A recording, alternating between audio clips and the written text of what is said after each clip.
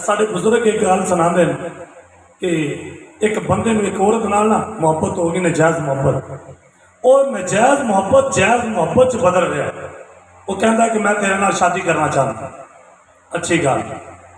उसकी बीवी ने कहा ठीक है मैं राजी हाँ, लेकिन तेरे यार दोस्त सारे लफंगे जाए, मैंने डर लगता है कि तू बेवफा ना निकले। तेरी यारी दोस्ती बाहर है, तो अपने घर टाइम बड़ा थोड़ा देना है, मैनू डर है कि बेवफा ना निकले। जा तू पहले अपनी मां का कलेजा कढ़ के लिया ताकि मैनू पता रहे कि तू मेरा वफादार बने, कोई कुर्बानी दे ना मेरे वास्ते। जा अपनी मां का कलेजा कढ़ के लिया। ये चला गया, ये गया तो रात को सुती पी मां दे उन्हें गला चीर दिता, उनका कलेजा कढ़ लिया। कढ़न तो बाद जो वो कलेजा लैके छापर च पा के कपड़े च वलेट के वो कोले लैके आया, उन्होंने आके दसिया भी आ वेख मेरी मां का कलेजा ही। वो आँख निकल गई, वो बाक निकली, चीख निकली। उन्हें ओए होए चल निकल जा, 1 मिनट मां, ये तो निकल मेरे दर तो। मैं तो कदे जिंदगी च सोच भी नहीं सकती कि तेरे जैसे बंदे दरिंदा सिर्फ इंसान के नाल चला जेड़ा पालन वाली का नहीं बनया। कि मैं ते तेरी जिंदगी की अध विचों तेरे नाल मिल रही हाँ, मेरा वफादार कदों बन सके? जेड़ा सक्की मां का नहीं बन सकिया, जिन्हें एडे को पालिया। तुसी मेरे नाल वफा करो। अगर इंसान उन्हें भुल जाए, रब नूं छड्ड जाए, उसका दर छड्ड जाए, रब पता ही की याद करवांदा है? वो वफा याद करवाण वास्ते, तेनों वफादार बनाने वास्ते रब बार बार तेनों पीछे मुड़ के वहांदा है, ऐ बंदिया तेनों मैं बनाया है, मिट्टी का बनाया है, तू इत्थे की से? तेरा इत्थे नामो निशान नहीं, तू इत्थे बंदा की है?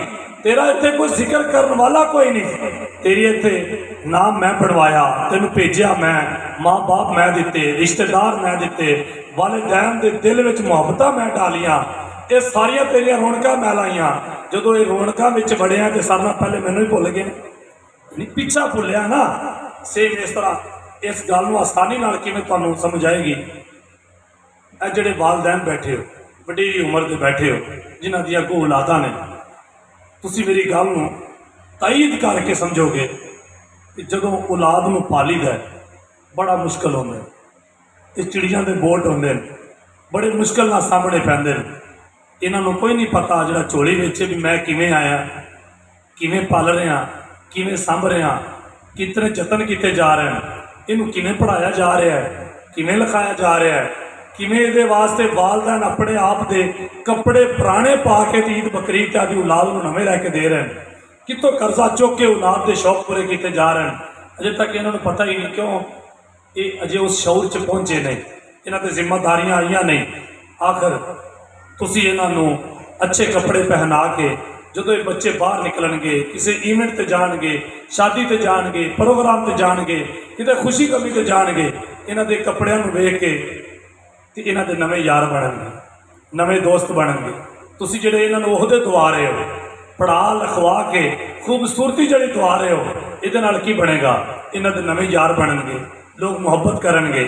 जदों हुण नवे यार बने, नवीआं मुहब्बतां मिलियां, उस पढ़ाई लिखाई नाल नवे घर मिले, नवे ओहदे मिले, नवे सलूट होने शुरू हुए, हुण गड्डियां मिलियां, हुण जाके तो तोती बोल रहा है, हुण कोई अलामा बनया, कोई फहामा बनया, कोई सकरात बनया, कोई बकरात बनया, कोई अफलातून बन गया, कोई अरस्तु बन गया, कोई डॉक्टर बन गया, कोई फिलासफर बन गया, कोई वजीर आला, कोई MPA, कोई कौंसलर का इलेक्शन लड़ रहा है, कोई जनाब तो बड़ा जनरल, कोई कर्नल, कोई बड़े बड़े मकामों मरतबे तो लोग चले गए। जब बड़े बड़े मकामों मरतबे ते गए, उतली बुलंदी ते चले गए, मकाम मिलना शुरू होया, जग ते तोती बोल रही है। हुण जे सर ना पहले भुले ने तो माँ बाप नूं भुले, इवें गल है कि सर ना पहले जो रिश्ता कच्चा होया, वालदैन का पीछे कच्चा।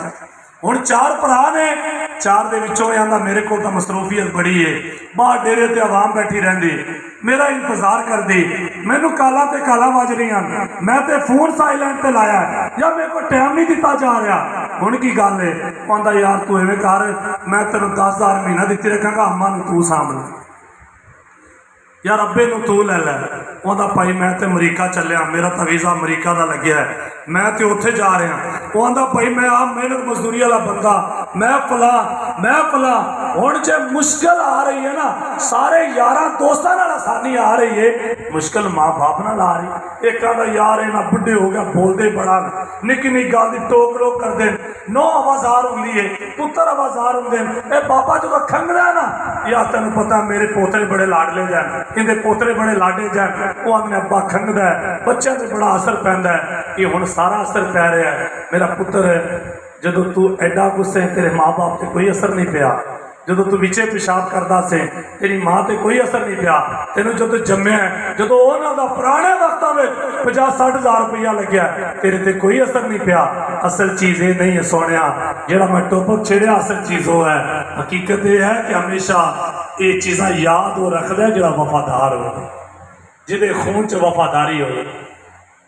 ਵਫਾਦਾਰ ਬੰਦਾ ਹੀ ਹਮੇਸ਼ਾ ਆਪਣਾ ਬੈਕਗਰਾਉਂਡ ਯਾਦ ਰੱਖਦਾ। ਤੇ ਭੁੱਲਦਾ ਕੌਣ ਹੈ? ਜਿਹੜਾ ਬੇਵਫਾ ਹੁੰਦਾ ਹੈ। ਮੀਆਂ ਮੁਹੰਮਦ ਬਖਸ਼ ਰਹਿਮਤੁल्लाह अलैह ਆਪ ਫਰਮਾਉਂਦੇ, ਚੰਗਿਆਂ ਨਾਲ ਜੇ ਨੇਕੀ ਕਰੀਏ ਤੇ ਨਸਲਾਂ ਤੱਕ ਨਹੀਂ ਭੁੱਲਦੇ। ਪੋਤਰਿਆਂ ਨੂੰ ਵੀ ਆਂਦੇ ਨੇ, ਪੁੱਤਰ ਆ ਮੈਂ ਜਿਹੜਾ ਐਡਾ ਵੱਡਾ ਬਣ ਕੇ ਬੈਠਾ ਨਾ, ਇਹ ਸਾਰੀ ਮਿਹਨਤ ਇਹਨਾਂ ਦੀ, ਤੇਰੇ ਦਾਦੇ ਦਾਦੀ। ਪੁੱਤਰਾ ਜੋ ਕੁਛ ਮੈਂ ਪੜ੍ਹਿਆ ਤੇਰੇ ਦਾਦਾ ਦਾਦੀ ਦੇ ਦੁਆਵਾਂ ਨੇ, ਇਹ ਇਹਨਾਂ ਦਾ ਕਮਾਲ। ਮੇਰਾ ਮਾਂ ਬਾਪ ਬਾਰ-ਬਾਰ ਉਹਨਾਂ ਨੂੰ ਅੱਗੇ ਆਪਣੀ ਬੀਵੀ ਨੂੰ ਕਹੇਗਾ ਵੀ ਜਿਹੜਾ ਮੈਂ ਅੱਜ ਕਮਾ ਰਿਹਾ ਨਾ, ਅੱਜ ਮੈਂ ਜਿਹੜਾ ਇੱਜ਼ਤ ਕਮਾ ਰਿਹਾ, ਅੱਜ ਮੈਂ ਜਿਹੜਾ ਕੋਠੀ ਬਣਾ ਰਿਹਾ, ਇਹਦੇ 'ਚ ਮੇਰਾ ਕੋਈ ਕਮਾਲ ਨਹੀਂ, ਇਹਦੇ 'ਚ ਕਮਾਲ ਮੇਰੀ ਅੰਮੀ ਅੱਬੇ ਦਾ ਹੈ। ਇਹ ਸਾਰਾ ਇਹਨਾਂ ਦਾ ਦਿੱਤਾ ਹੋਇਆ ਹੈ। ਫਿਰ ਕਹਿੰਦਾ ਮੇਰੇ ਮਾਂ ਬਾਪ ਕਿਹਨੇ ਦਿੱਤੇ ਜਾਣਦੇ ਹੋ? ਜਿਹੜਾ मैं सुबह उठ के नमाज पढ़न जाना, जोर टाइम काम छड़ के नमाज पढ़न जाना, मेरी सख्त ड्यूटी होंगी, मैं ड्यूटी नूं परे करके नमाज पढ़न जाना क्यों? ए जेड़े सारे कमालात ने ना, जेड़े मेरे वालिदैन मैनूं इन्नी मुहब्बत वाले मिले, ये सब तो पहले मेरे ते ये सारा शुक्र मेरे रब सच्चे दा। सब तो पहले मैं वफादार अपने रब सच्चे दा, फिर मैं वफादार इन्हां दा, फिर मैं बाकियां दा वफादार हाँ। तां मैं अक्सर एक जुमला बोलिया करना, जेड़ा रब दा वफादार नहीं वो किसे दा वफादार नहीं, जेड़ा वालिदैन दा वफादार नहीं वो किसे इंसान दा वफादार नहीं, जेड़ा रब दा ते वालिदैन दा वफादार है समझ ले सारे जग दा वफादार।